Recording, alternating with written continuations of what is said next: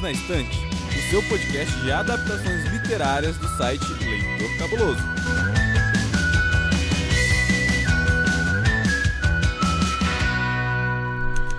Olá, ouvinte! Você acaba de chegar ao seu encontro semanal para falarmos sobre livros, séries, filmes e muito mais.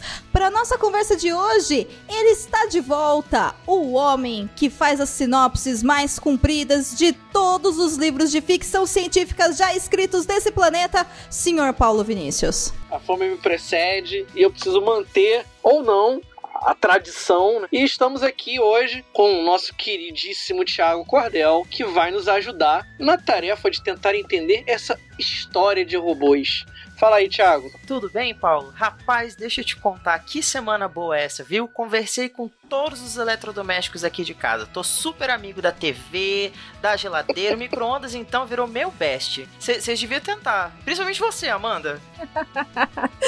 Nossa, já tenho meu melhor amigo o computador aqui, ele conversa bastante comigo.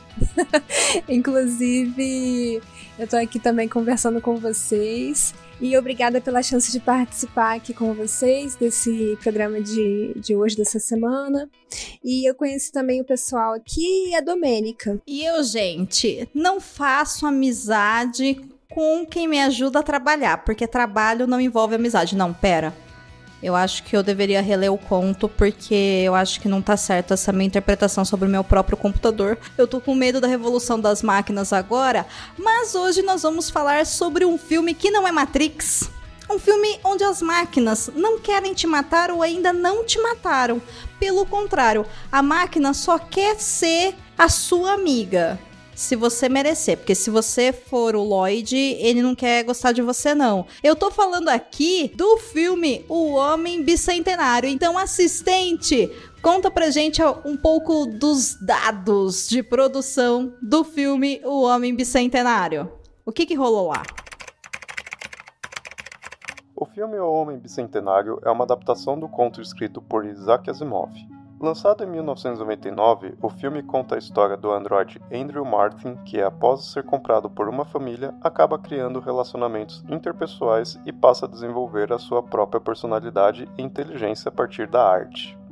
Brilhantemente interpretado por Robin Williams, Andrew marcou a história de milhares de espectadores que se emocionaram com sua história em busca de liberdade, reconhecimento e amor. O filme é dirigido por Chris Columbus e tem no elenco Sam Neill como Richard Martin, o patrão, Annabeth Davis como a senhorinha Amanda Martin e como Portia, Oliver Platt como Rupert Burns e Kristen Warren como Galatea, além de outros nomes. Pois muito bem, agora que a gente já deu um remember aqui e vale um recadinho rápido que provavelmente você vai ter dificuldade de encontrar esse filme por aí, porque ele é um filme já antigo, né? Como foi dito há pouco, de 1999, mas você consegue alugá-lo no YouTube a preço mega acessível, tipo, eu não sei quantos dolls estão agora, porque eu estou gravando de um tempo diferente da sua linha temporal, eu estou numa realidade paralela, mas você consegue alugar ele por menos de R$10. Então, Thiago, o desafio da semana é para você, porque o seu micro-ondas, o Beto, Dagoberto, Godofredo, Augusto, Xavier, disse que você anda comendo muita porcaria. Então, eu quero que você conte a sinopse do Homem Bicentenário como se fosse uma história de terror. Dedo duro, viu? Não faço mais pipoca nele também. Pronto. Então, que missão? Vamos lá. Contar a história do Homem Bicentenário como um filme de terror. Deixa eu pensar. Em um futuro não muito distante, mas para ser preciso no ano de 2005, na cidade de São Francisco, uma família decide adotar um robô. Por quê? Porque, né, ia ser divertido ter um robô em casa e tal, né? Pô, todas as famílias têm, vamos ter um também, né não? Vamos lá. E eis que chega na família o ciborgue NDR068756, apelidado carinhosamente de Andrew pela menininha caçula da família, para servir como um apoio serviçal, né? Ser um mordomo aí do rolê. Mas o que eles não esperavam é que o robô apresentaria alguns comportamentos fora do padrão da robótica da época. Para começar, O robô tinha personalidade, ele tinha criatividade e ele também tinha empatia, não só pelos humanos, mas pelas criaturas ao redor dele também. E à medida que essa relação dele com a família vai se tornando mais complexa, essa família vai experimentar, ao longo de 200 anos, muitos momentos de tensão, muitos momentos de reflexão, muitos momentos de relacionamentos entre humanos e máquinas. Você está preparado, ouvinte, para O Homem Bicentenário, estrelando Robin Williams, uma direção de Chris Columbus. E é isso. Amo Chris Columbus. Já posso começar assim. Esse homem faz filmes muito bons, quando ele se limita a adaptar o que tem que ser adaptado. Mas, Paulo, me convença que eu estou errada. Me fala que esse filme é a coisa mais incrível já feita na história do século XX. Vai, Paulo. Então, vamos começar pelo cara que estampa a direção do filme, Chris Columbus. Pra mim, ele é um dos caras assim, que criou a maior quantidade de filmes memoráveis da década de 80 e 90. Né? Boa parte dos filmes que se tornaram cult, que a gente brinca falando que é Sessão da Tarde ou Tela de Sucessos, como era no caso do Tropas Estelares no ano passado, o Chris Columbus, ele criou sucessos como Esqueceram de Mim, Goonies, né? E tantos outros. Bem curioso, porque, e até fica como indicação para os ouvintes, eu assisti, acho que semana passada, um documentário na Netflix. Vale bastante a pena a gente assistir, até para saber um pouco mais sobre a carreira dele. Filmes que marcaram época. Então é uma série de 4 episódios que mostram filmes da década de 80 que tinha tudo para dar errado e acabou se tornando clássicos. E o episódio do Esqueceram de Mim mostra o início da carreira do Chris Columbus. E ele era assistente de direção de... não vou lembrar o nome do cara, nome do diretor. Mas eles fizeram um filme que deu tudo errado, que era num hotel sobre o Elvis. Né? E ele saiu depois para fazer uma série de... ele foi emplacando um sucesso atrás do outro. É incrível a sequência de sucessos de bilheteria que ele vai colocando um atrás do outro. Esqueceram de Mim, é Goonies, Esqueceram de Mim 2. Enfim, ele chega em 99 para fazer O Homem Bicentenário, ele já é uma lenda no cinema. Muito curioso a gente perceber que O Homem Bicentenário não tem nada de comédia. Os outros filmes até têm um tom assim de comédia. O Homem Bicentenário até tem alguns momentos mais leves. Você percebe em determinados momentos que o Andrew ele dá uma tiradinha e tal, mas não é essa pegada. É um grande drama com base no conto do Asimov. Ele fez várias adaptações. Eu, assim, pensando hoje, as adaptações que ele fez foram boas. Eu não tiraria. Eu acho que ele conseguiu fazer uma leitura que acrescentou ao conto. E por que ele deveria ser visto por você? Porque eu acho que você está errada na sua asserção de que o filme ele não é tão legal quanto o conto. Porque ele vai pegar o conto do Asimov e vai humanizar a figura do Andrew ainda mais. Por quê? O conto, em várias oportunidades, ele é muito distante, muito estoico, ele vai falando de ideias, né, que o Asimov tinha e que ele queria refutar essas ideias. Já o conto, ele vai tentando mostrar essa passagem, essa ida, né, do Andrew de um robô para um ser humano, e vai mostrando todos os problemas emocionais que vai precisando atravessar. E pensando nisso, é uma máquina tentando entender o que são emoções. Não entender o que é felicidade, o que é amizade, o que é tristeza, o que é se apaixonar. O Paulo, gente, é um homem romântico. Sim, esse filme ele é romântico, ele é água com açúcar. Sim, por isso que eu não gosto. Aí cagou tudo. É esse meu ponto. Eu posso até concordar com você que a ideia lá de ter criado um par romântico humano pro Andrew não foi tão legal assim. Eu tinha pensado em uma outra possibilidade, de uma outra presença feminina que é marcante no filme e que, né, meio que deixada de lado. Mas, ok, deu pra entender depois aonde ele queria chegar. Não tira o mérito da direção. Ué, mas, gente, quem falou mal de Chris Columbus? Chris Columbus.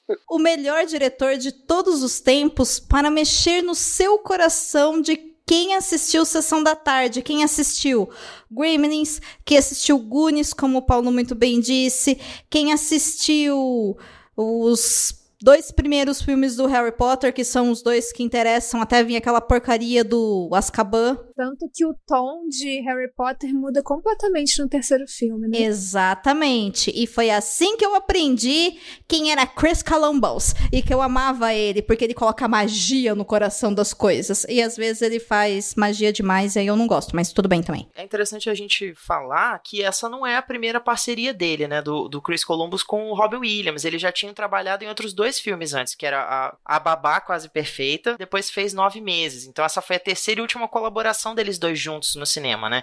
E isso que vocês estão falando do filme ter uma característica mais assim de comédia ou de uma carga um pouco mais emotiva, né? Sensível, eu diria que é tanto porque o Chris Columbus tem essa marca registrada de colocar magia nos filmes dele, né? De colocar esse ar mais familiar, mais assim, de uma aventura para toda a família, um filme que qualquer pessoa de qualquer faixa etária vai encontrar um pontinho para se identificar, mas também se deve muito à atuação do Robin Williams, né? Que nesse filme dá um show de atuação, ele improvisa muito, é muito dele, essa energia que te envolve ao longo. Qualquer filme que ele faz tem isso. Você não acha, Amanda? Você conhece outros filmes do Robin Williams? Concordo completamente. Assim, praticamente todos os filmes do Robin Williams têm esse tom mais amorzinho, essa mensagem bonita no final, essa coisa de te envolver, de te emocionar, de te capturar ali para aquele filme. E o Chris Columbus também, eu acho que reflete muito realmente os 2. Inclusive, não sei se vocês assistiram muitos filmes do Robin Williams, mas eu indico fortemente, a gente tá começando um ano novo, eu sei que já passou o Natal,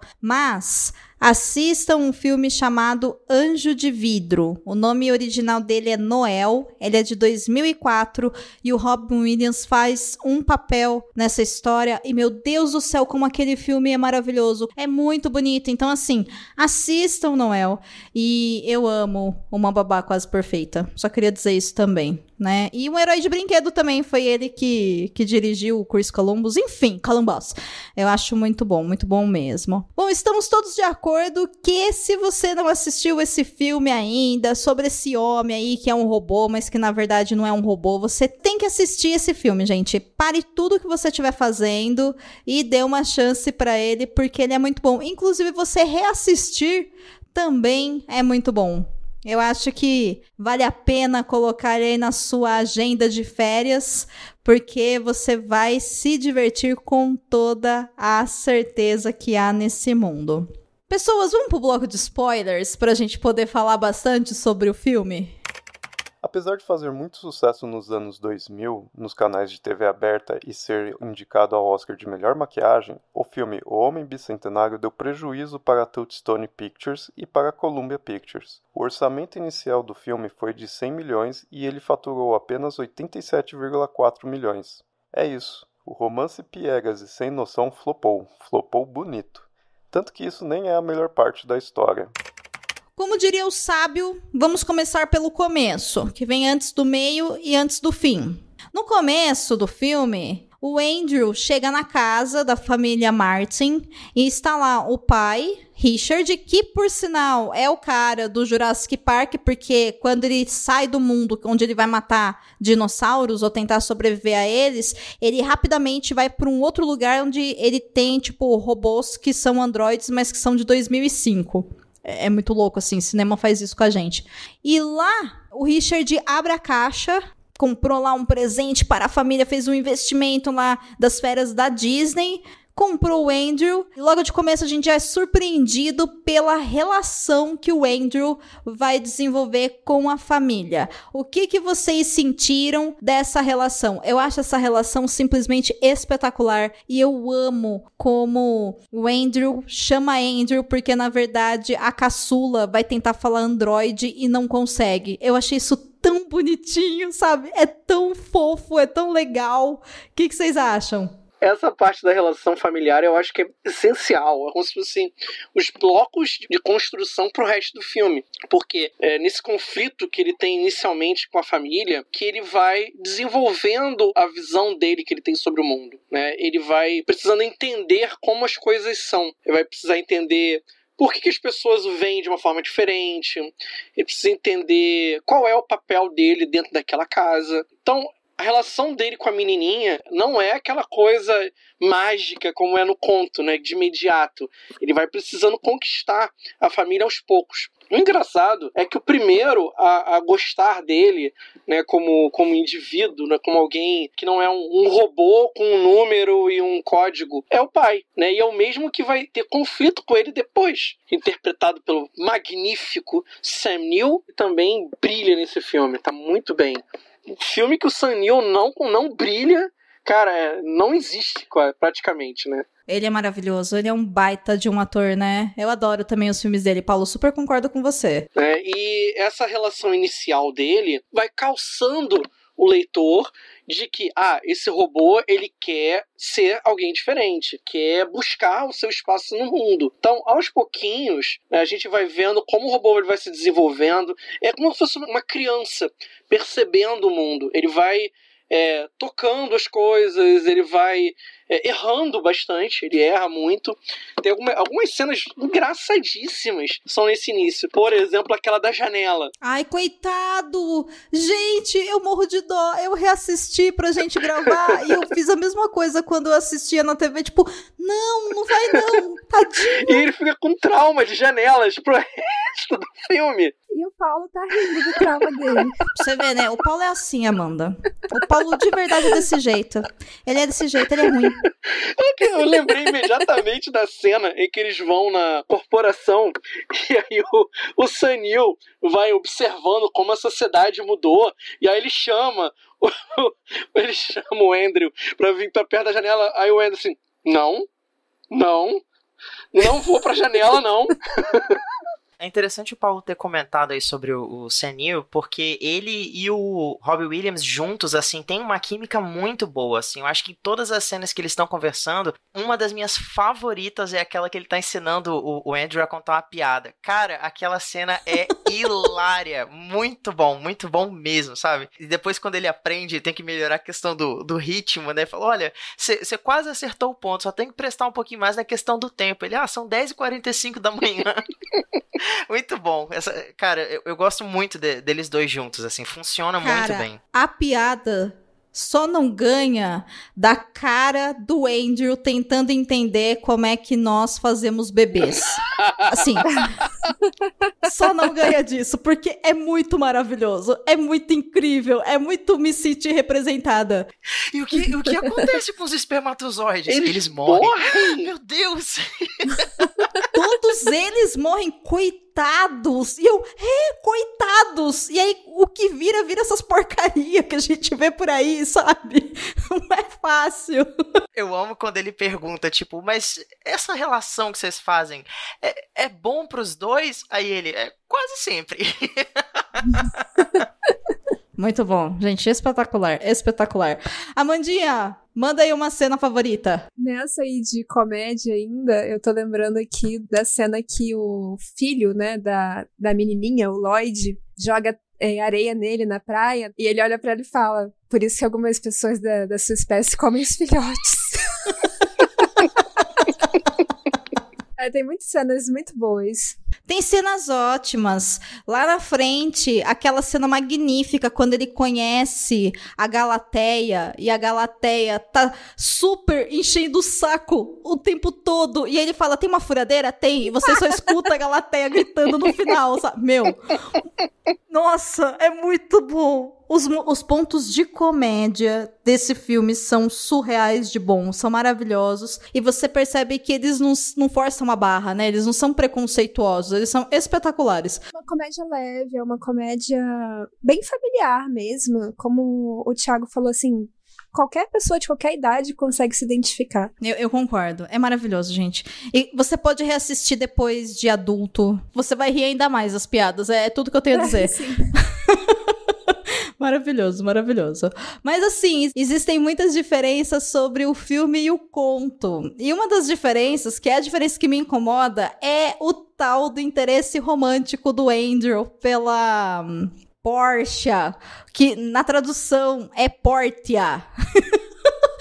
E, gente, assim, eu já vou falar abertamente, eu tenho preguiça daquela relação, eu não gosto do desenvolvimento do plot, embora eu entenda o porquê que existe, mas vocês acham que isso funciona pra humanizar o Andrew ainda mais? Vocês acham que tinha necessidade de colocar ali a Portia pra ele se relacionar matrimonialmente, né, com ela? Eu tô igual a você nessa, Dô. Eu, assim, parando pra pensar um pouco depois, eu imaginei que o Columbus fosse trabalhar a relação dele com a Galateia. E ia ser muito mais interessante você ver a Galateia com aquela personalidade que vem de um chip, e o Andrew que não teve a personalidade dele ativada. É até essa desculpa que o Columbus usa no filme pra dizer, por que o Andrew ele é diferente em relação aos outros robôs? Porque o chip de personalidade dele não foi ativado. Ele pôde desenvolver a sua personalidade por si só.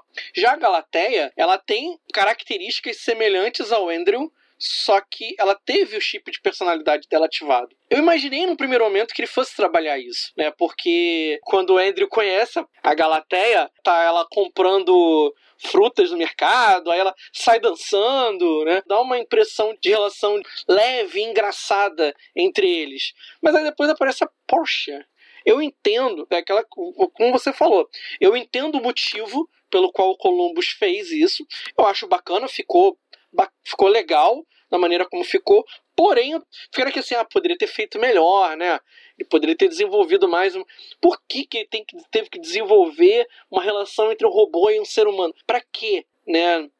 Aí fica aquela coisa hollywoodiana. Eu tenho que apresentar um par romântico, porque senão o filme ele perde um pouco do poder dramático em relação ao telespectador. A impressão que eu tive foi essa, que ele quis colocar para que ele não perdesse o poder dramático e pudesse encaminhar para aquele final lá, lindo, maravilhoso aquele final, que poderia ter sido outro.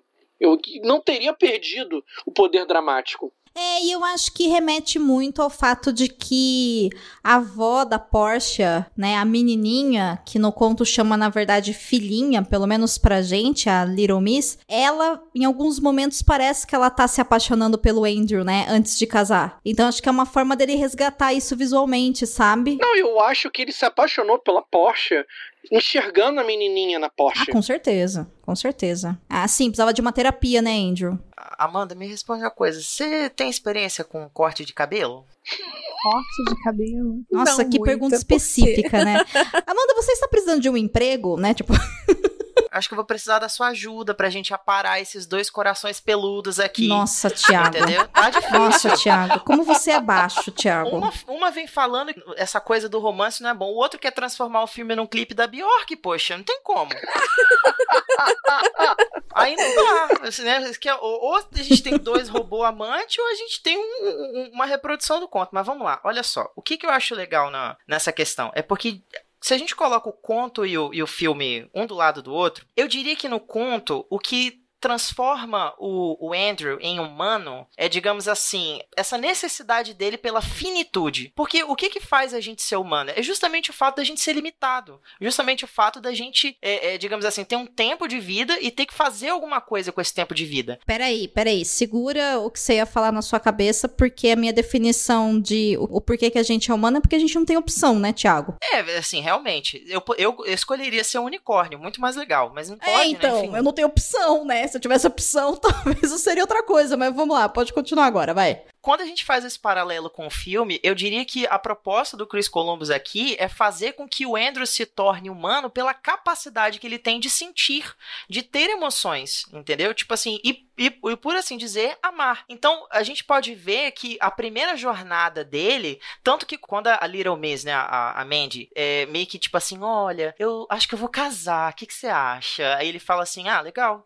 Aí ela responde assim, não, mas é porque eu tô apaixonada por um amigo meu. Eu falei, então casa com um amigo. Mas eu não posso casar comigo. Eu falei, então sai daqui que eu tô trabalhando, que saco. Brincadeira, ele não fala isso. Mas ele diz o seguinte, olha, eu acho que a solução mais simples é você casar com um amigo e tal. E ele não consegue perceber ali a princípio que, né, ele é a pessoa de quem ela tá falando. Mas ao mesmo tempo, quando ele sai nessa primeira jornada para tentar encontrar outros iguais a ele, o que ele quer? Ele quer se sentir identificado, ele quer encontrar alguém que faça a existência dele não parecer solitária, porque ele não tem outras pessoas que são como ele. E aí o passo que ele encontra é o quê? É se tornar humano. E parte de ser humano é o quê? É sentir, é se apaixonar, é ter medo, é ter raiva, é ter emoções, é fazer escolhas erradas. Tem uma conversa dele com a Portia que é justamente sobre isso. Ele fala, ser humano não é ser racional, não é a gente ter conversas filosóficas com os outros, é a gente fazer escolhas ruins, é a gente ter raiva, é a gente ver tudo diante da nossa frente, assim, ter a faca e o queijo na mão e fazer miojo, entendeu? A vida é isso. Eu gosto do exemplo real. É ter a faca e o queijo e eu faço um miojo. Exato, entendeu? Porque você faz o quê? Você faz a escolha errada. Você tá com tudo na mão pra fazer o troço certo, você desvia do caminho. Por quê? Por teimosia, por medo, sabe? Por angústia, por não ter controle sobre o que você vai sentir. Ter medo de se machucar. E é tudo isso que ele anseia. Eu acho que é muito bonito ele se apaixonar pela Portia, não só, como vocês comentaram, pelo fato de ela ser uma personificação, né, da menininha, mas também porque isso faz parte da humanização dele. Se apaixonar por outro ser humano e ser correspondido também transforma ele em humano, sabe? Eu acho que tanto no conto quanto no filme, ele alcança a humanidade antes da Leia provar isso, sabe? Eu vejo muito isso. O que vocês acham? Eu concordo quase que completamente com o Thiago. Eu só faço uma ressalva que eu acho que o romance... Eu gosto do filme, gosto do romance no filme. Eu vi o filme, inclusive, antes e eu amei. Depois eu li o conto e eu entendi algumas outras coisas. E eu acho que no filme, o propósito do Andrew em se tornar humano está muito mais ligado ao amor, ao sentimento, ao querer uma companhia, do que a verdadeira questão filosófica que trata o conto, né? Que seria a liberdade, a condição humana, a questão da perfeição versus imperfeição. E aí, nisso, eu acho que o filme teve uma outra leitura da proposta do Asimov. Mas não vejo problema nisso, eu acho muito bom. E acho muito sensível o filme nessa questão do relacionamento com a Portia, porque apesar dela ser meio chata, eu não gosto muito dela, a menininha era muito mais legal, ele encontra, né, um par. Ele que se achava tão diferente, ele era tão diferente, ele finalmente encontra um par. Eu acho isso muito bonito. Pra mim, a única coisa que salva no relacionamento dos dois é essa coisa século XXI que eles colocaram no roteiro de maneira inconsciente de que amor é uma construção social, então ele não se apaixona por ela imediatamente, nem ela por ele, né? Embora ele diga isso pra ela, eu te amei desde o primeiro momento que eu te vi. Mentira, tá? Ninguém ama ninguém desde o momento que vê a pessoa. Se você faz isso, você tem algum probleminha. E se alguém fala isso pra você, o nome disso é stalker, gente. Isso não é amor, não. Amor é outra coisa. Amor a gente constrói, tá? E tem também a questão de como o relacionamento deles, teoricamente, não deveria ser carnal, né? Mas acaba sendo. Então eu fico meio... como assim, sabe? Sabe, tipo, eles fogem muito do propósito, porque o Andrew, ele tem tudo pra ser humano. E aí ele acaba, no final do filme, se a gente for pensar que ele vem por essa questão de o que me torna humano é minha capacidade de sentir, essa luta que ele tem, essa jornada em busca de ter o reconhecimento da sociedade, de entender que ele é humano, é um capricho, é um ego, tipo, não é algo bom. Ele não precisa disso, sabe?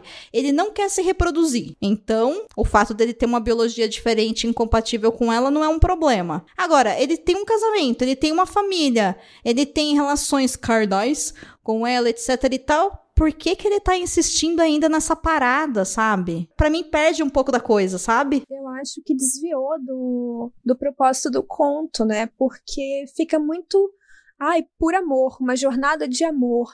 E não é bem assim, né? É uma jornada existencial, a do Andrew. É uma coisa típica hollywoodiana. Eu tenho que colocar o relacionamento amoroso mesmo quando ele é dispensável no roteiro do filme. E me preocupa um pouco alguns pontos do filme, que é o fato de que eles ignoram completamente, a partir de um determinado momento, a questão da robótica, né? Das leis da robótica. Eu não sei se vocês perceberam isso. É sutil. É bem sutil. Vamos lá, ó. No momento que ele tá nessa cena que a gente tava rindo alguns momentos atrás, que o patrão dele chama, ele fala, Andrew, vem perto da janela. Ele fala, não, senhor. Ele não pode falar, não, senhor, pela primeira lei, né? Ele tem que obedecer. É engraçado, mas foge um pouco das leis. A Galateia, na última cena, ela não poderia desligar o aparelho. Sim, ela matou um ser humano. Se o que te prende à escravidão, o que te transforma em um robô, não é o seu material biológico, e sim o fato de você estar preso a essas leis e não ter sua própria opinião, que diferença faz, entendeu? Ter essas leis, eu acho que fica muito solto. E ao mesmo tempo, se você não precisa obedecer eles, por que você tá obedecendo ou indo além? Assim, tudo que eles queriam era só ficar com aparência de gente, sabe? Tipo, ter uma pele que lembra a nossa e um olho que lembra o nosso, sabe? É inconsistente, né? Eu acho que eles reduzem muito, assim, tudo que a história é em si. Claro que tô pegando aqui pesado, né, e tal, mas eu acho que eles quebram essas coisas que estão no filme, porque o filme começa com o Andrew fazendo aquela apresentação maravilhosa das leis da robótica, né, que parece 4 de julho, né. Então, assim, se tá lá, por que eles quebram isso? Eu entendo que é porque é uma história sobre família e tal, mas... Mas desvia, né? Desvia do propósito. Fica uma coisa rasa, sabe? É isso que eu acho. Vai, Thiago, fala que eu tô errada, me critica, fala do meu coração peludo, fala. Eu tô aqui me coçando mesmo. Assim, eu vai, não vou Thiago, mentir, eu sei, não. eu tô escutando daqui, Thiago. Vai, Thiago, fala. Eu tô escutando o seu pensamento, Thiago. Vai, Thiago, me fala que eu tô errada. Inclusive, sou eu e o meu micro-ondas aqui, tá? A gente tá protestando também. Vocês estão num relacionamento, Thiago? Você e seu micro-ondas? Fala pra mim. Não, infelizmente não, assim, é uma coisa muito assim, uma longa viagem a um pequeno planeta hostil, sabe? É um amor impossível. Ai, meu Deus do céu, você tem a Lovely Place no seu micro-ondas, Thiago. É, basicamente isso, só que ela tem a voz do Google Tradutor. Não, brincadeira. Mas então... Nossa, é praticamente o filme Ela, né? É isso que eu ia falar. Alexa tá aí pra isso, né, gente? Enfim. Vou até baixar a atualização depois desse episódio.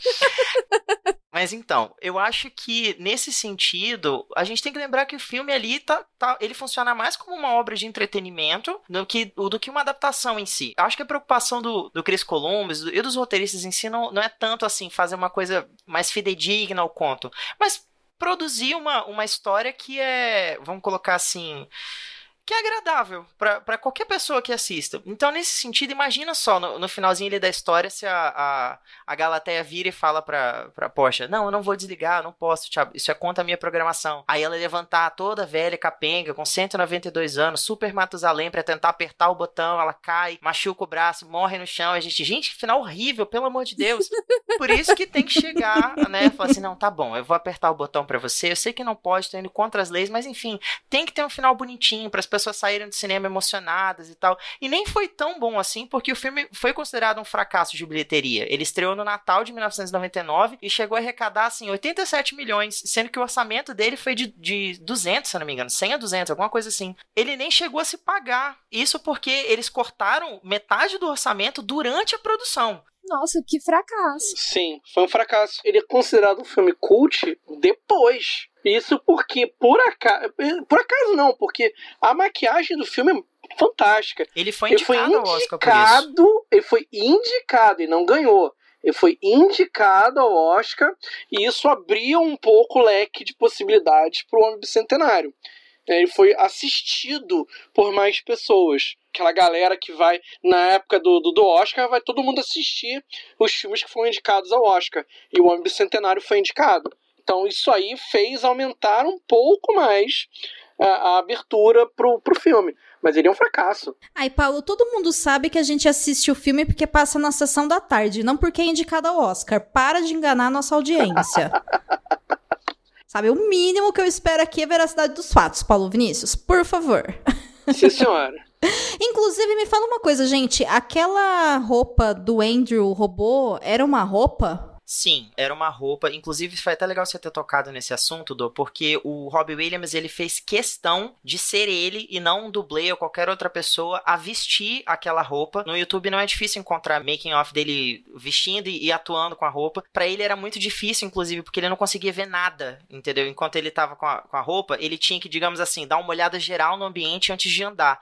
Mas ele teve essa preocupação porque na visão dele, se fosse outro ator vestindo a roupa e interpretando, mesmo que ele dublasse, quando ele vira, né, o Robbie Williams mesmo, que já é o ator ali com a personificação dele, os movimentos seriam diferentes, então não seria real. O público não compraria que ainda é a essência do personagem. Então ele fez questão de ser ele mesmo dentro daquela roupa de androide. Ele sempre se entregava muito, né? Uhum. Nossa, ele é espetacular. Robbie Williams, assim, olha, deixa saudades, sério mesmo. Acho interessante isso que você falou, Thiago, dessa curiosidade que era ele mesmo e que era uma roupa que ele usava, porque na primeira cena que mostra ele andando com a Porsche num jardim, que dá pra você ver ele inteiro, né, andando, o jeito que ele se movimenta é parecido com a roupa. Eu fiquei muito atenta a isso, sabe? Falei, gente, é ele mesmo. A preocupação dele era justamente essa, tanto que você percebeu, entendeu? Não tem diferença dele na roupa de androide pra ele como ator mesmo ali. Ele incorporou isso pro personagem.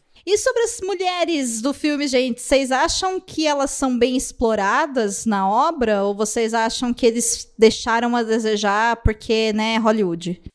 Eu acho que deixou a desejar. Assim, as mulheres têm um papel extremamente secundário, tanto no conto quanto no livro, no filme. Mas eu acho que essa redução da mulher a um simples interesse romântico não é legal no filme. Isso fica bem explícito, elas não têm um papel ativo, tanto a menininha quanto a Porsche, né? A menininha, mais quando criança, ela tinha uma influência na formação ali da personagem, né? Do Andrew, mas depois ela vai cada vez mais sumindo nesse papel de o interesse romântico. E depois a Porsche também é basicamente só ali pra arrematar a história com o final bonito. Complicado falar, né? Porque uma das grandes reclamações hoje em relação à obra do Asimov é o quanto ele apagava a presença feminina.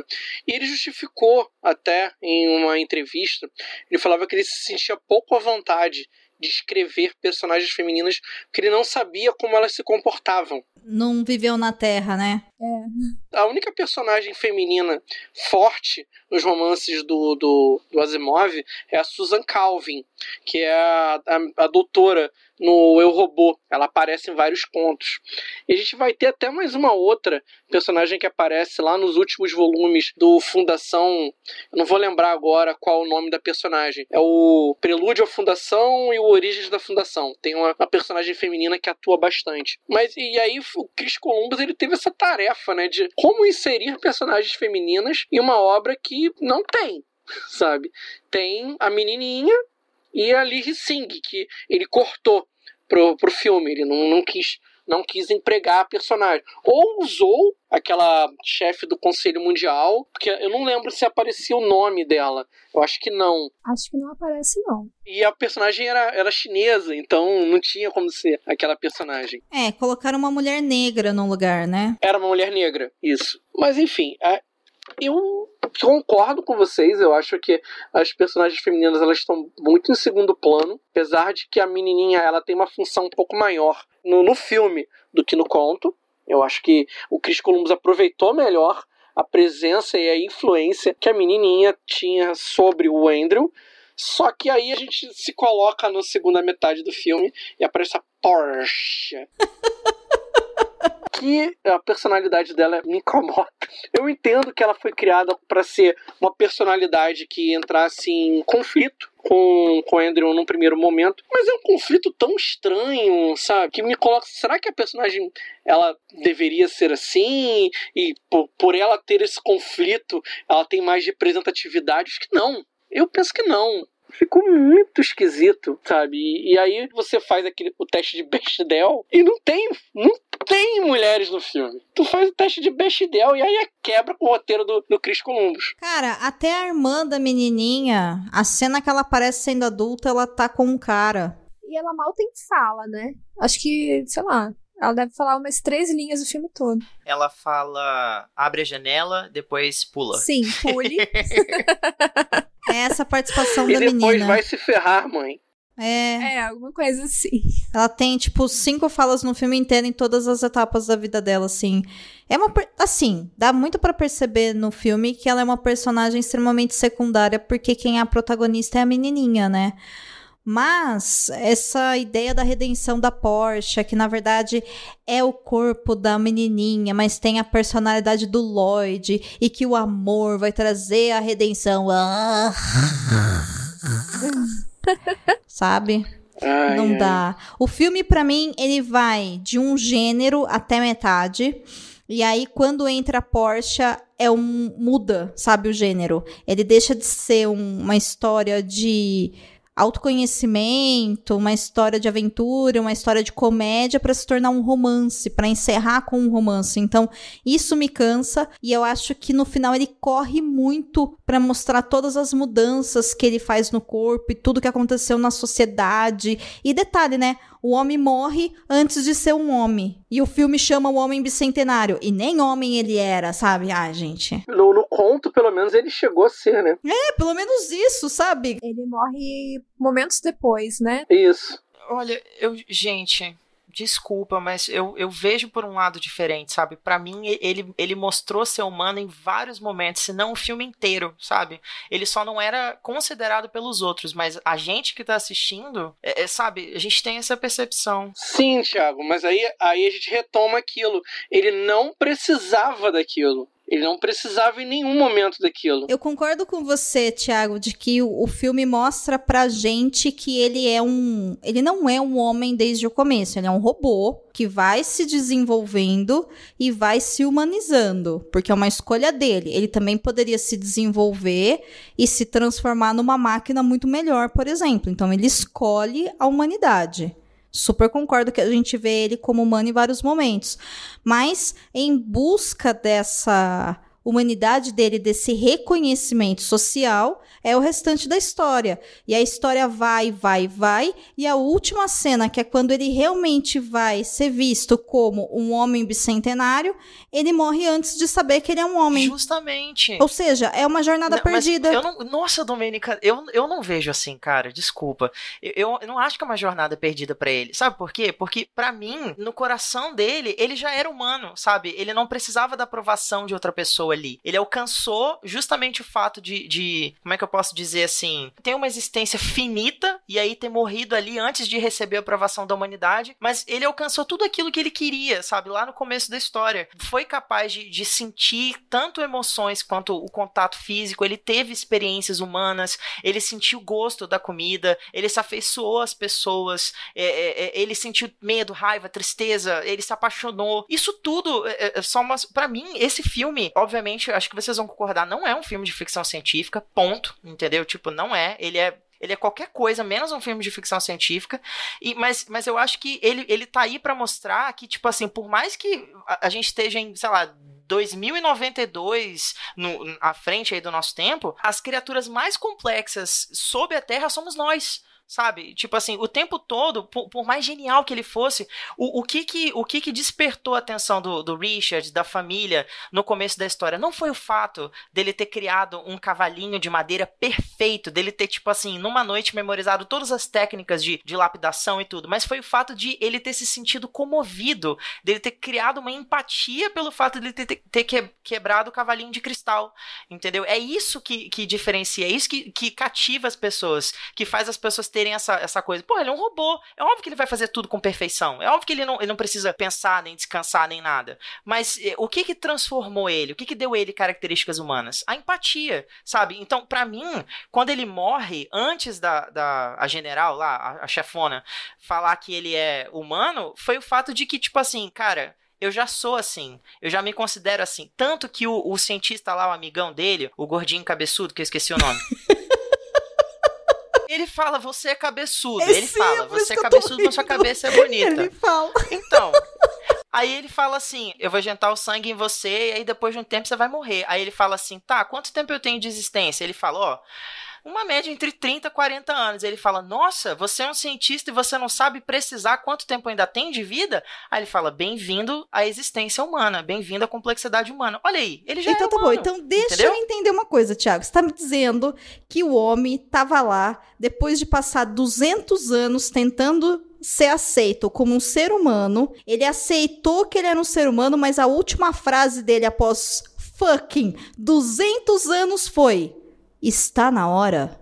E após o estar na hora, não é está na hora de eu fazer xixi, cocô, comer ou morrer. É, está na hora de eu saber se eu sou um ser humano ou não. E aí ele morre e ele sabia que ele era um ser humano, sendo que a última coisa que ele pediu foi pra saber. Será que esse está na hora não significa que está na hora dele partir? E não de que ele estava na hora de saber que ele era humano? Eu concordo com você. Se a Galateia não tivesse virado na hora e falasse assim, sim, está quase na hora, e não tivesse ligado a TV. Exatamente. Mas é isso daí é pra gente, não pra ele. Sei lá, só a minha interpretação.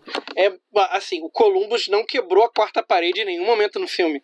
Era pra ele mesmo. E a mulher dele não sabia que ele ia morrer, mas a Galateia sabia. Que raios de amor que é esse que ele não avisa pra mulher dele que ele vai morrer? Você avisaria? Se eu demorei 200 anos e eu tentei convencer o meu parceiro a virar um robô pra gente não morrer, o mínimo que eu tenho que fazer é respeitar a pessoa e falar, ó, benzinho, daqui 3 segundos eu vou morrer, tá? Segura na minha mão. Uhum. Não fica que nem uma tonta me chamando depois que eu morri pra saber o que eu achei da resposta que eu tô esperando há 200 anos.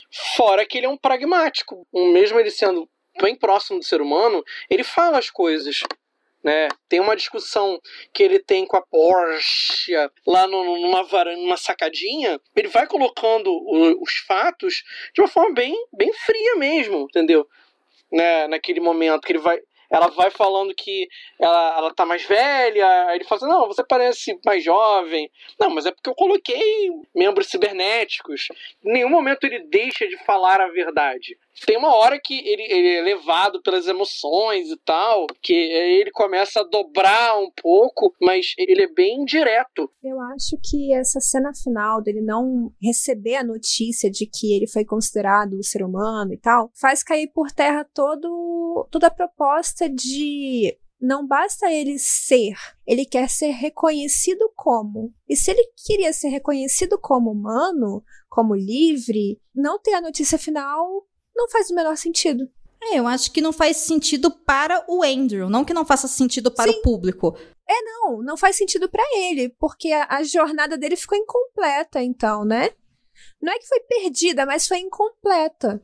Ele não recebeu o resultado, né? No final das contas, sim, ele é um homem que viveu 200 anos e morreu sem saber que ele era um homem. Ele não deixou de ser um escravo, ele não deixou de ser um robô, sabe? Porque uma das coisas também que transforma a gente em um ser humano, uma das coisas que nos torna humanos é justamente a gente ter conhecimento disso. O que diferencia a gente de um cachorro?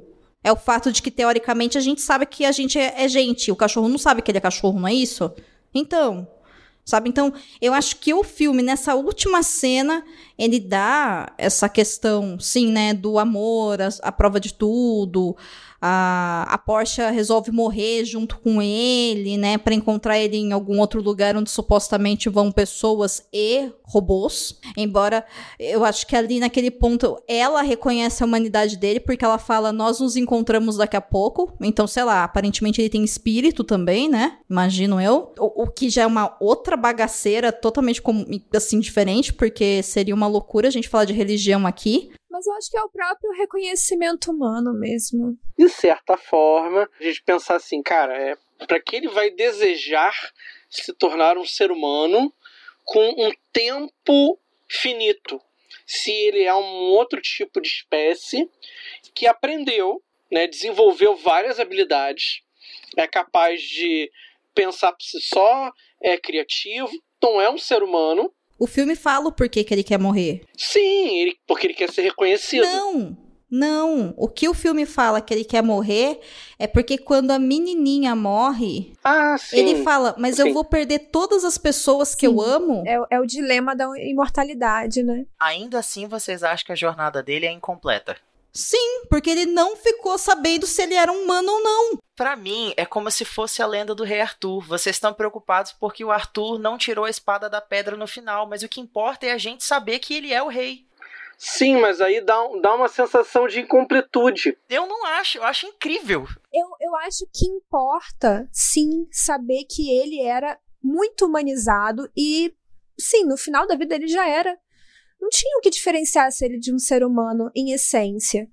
Mas é aquela coisa, não basta ser, você quer que as pessoas saibam que você é.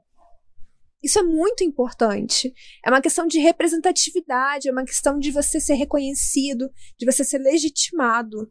E eu acho que isso é muito maior do que apenas a moral da história, sabe? Porque é a própria identidade dele ali. Ele não tem certidão de nascimento, Thiago. Eu entendo o que vocês estão querendo dizer e fico assim um pouco triste de ver que vocês estão saindo um pouco frustrados com essa experiência. Eu tô frustrado. Não, calma. Eu gostaria de poder mostrar um outro lado pra vocês, mas enfim. Eu não tô frustrada, não tem nada a ver. Na verdade, eu gosto muito do filme. É só uma reflexão crítica mesmo.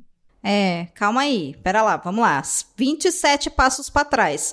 O fato de eu ver que na última cena, porque a escolha de roteiro e de direção coloca uma dubiedade na escolha que cabe a mim escolher, obrigada. Eu escolho ver que você não sabe como finalizar e que você manteve ele como um robô. Você me deu essa opção. Se você não quer me dar essa opção, você não me mata o cara antes dele ver. Entendeu? Eu só tô analisando o que o cinema me entregou. O cinema que tinha que ter me entregado a mensagem certa, porque essa questão de como que a gente analisa as coisas, a gente analisa com base no que existe de verdade, não com base no que eu quero acreditar que exista.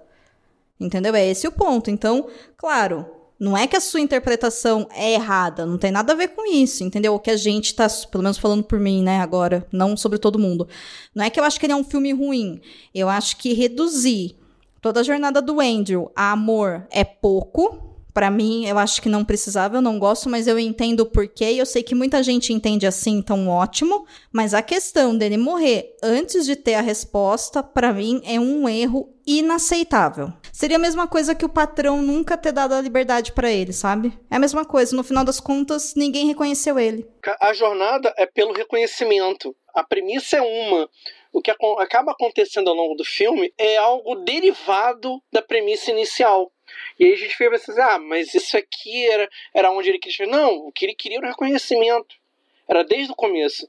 A partir do momento que ele não recebe o reconhecimento, faltou alguma coisa. O filme deveria ter acabado quando a Porsche aceita ele. Também acho. Se ele não tivesse ido até o Congresso e pedido para ser reconhecido, não teria esse problema. Mas aí, ele iria desviar demais do roteiro original. Não, tudo bem, mas aí a gente não teria esse problema. Ele já tinha desviado pra cacete, né? Mas aí a gente poderia falar que foi o amor que transformou ele em humano e que o fato dele poder ter uma família com uma outra pessoa que é humana, mesmo ele sendo robô ou não me importa, porque ela reconhece ele como um ser humano, então a gente também reconhece.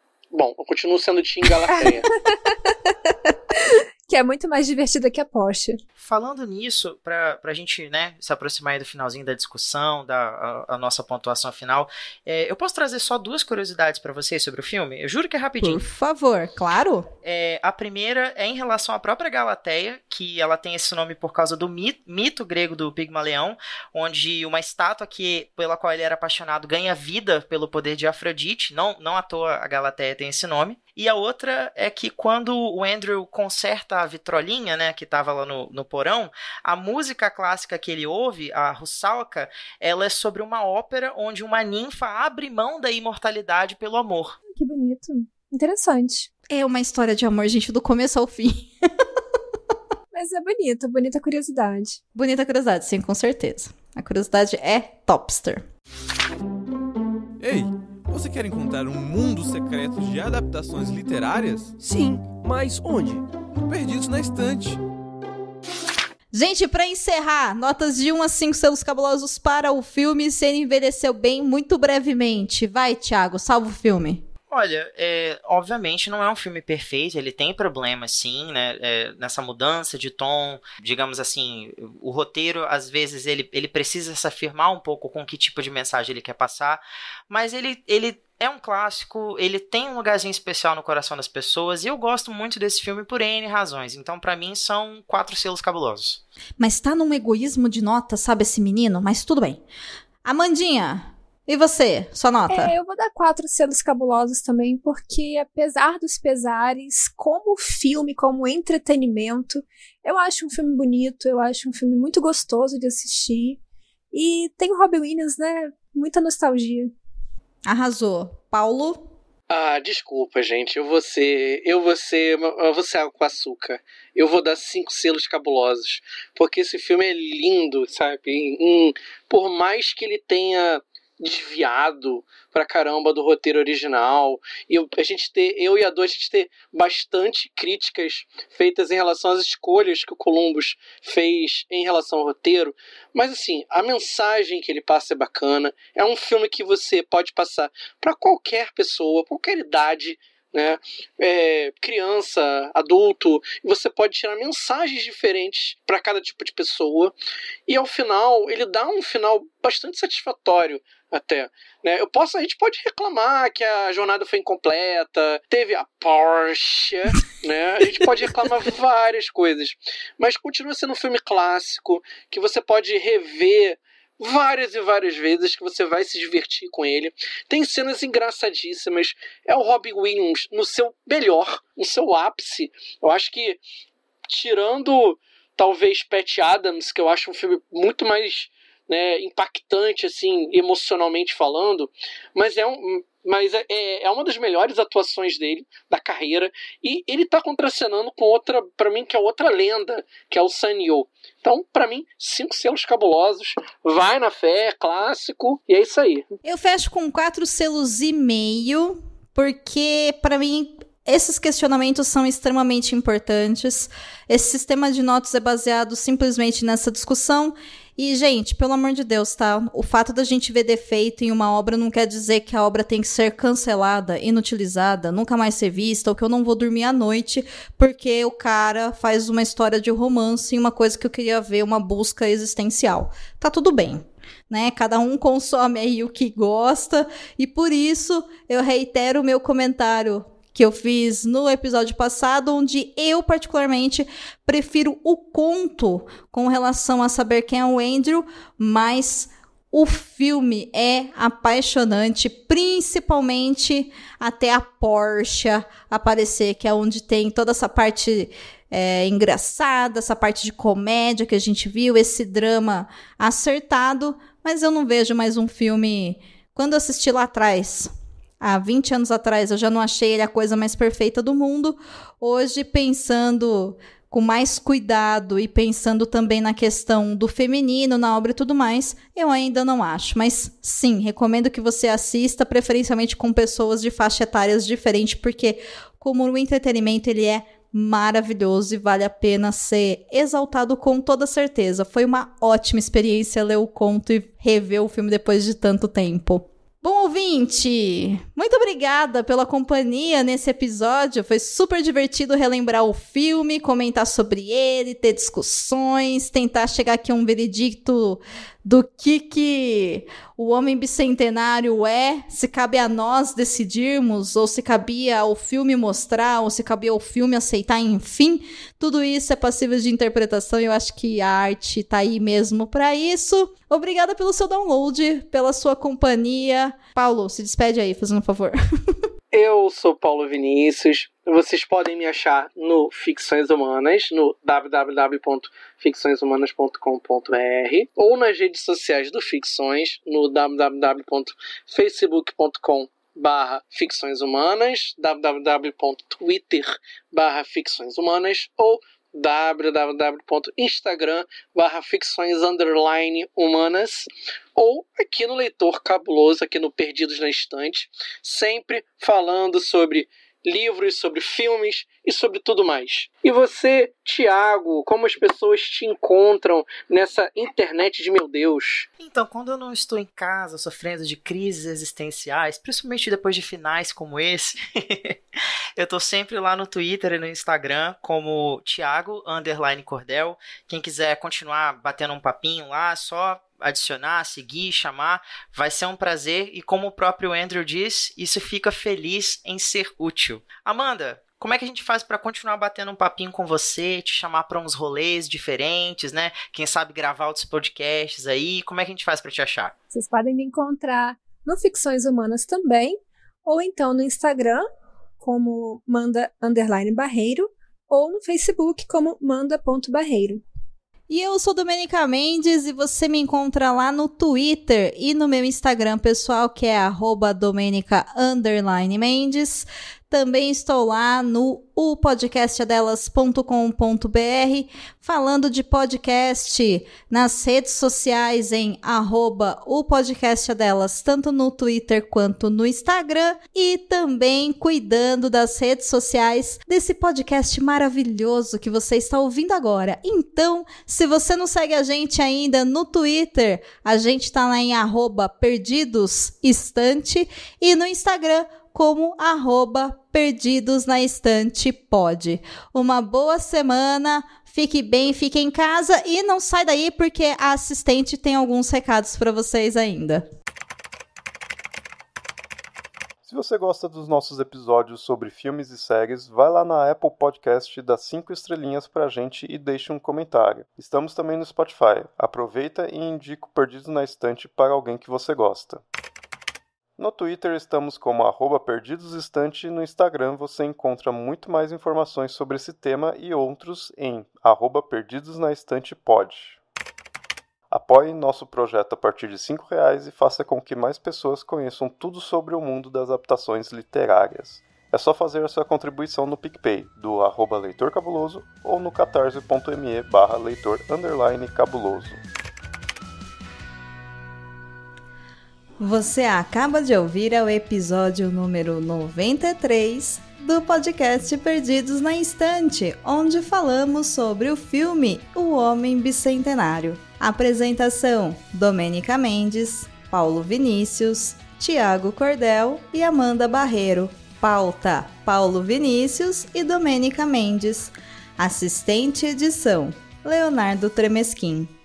Agradecimentos especiais a quem nos apoia, especialmente a Abner de Souza, a Irechu, Alessandra Rocha, Alan Felipe, Caetano Jacques, Carol Vidal, Carolina Mendes, Cláudia Rodrigues, Clécius Duran, David Figueiredo, Deise Cristina, Francisco Faria, Janaína Vieira, Laine Lilica, Lara Prado, Leandro Gomes, Lu Bento, Lucas Domingos, Marina Jardim, Marina Kondratovic, Melissa de Sá, Nilda, Ricardo Brunoro, Rodrigo Leite, Tiago Augusto e Tiago Rudier.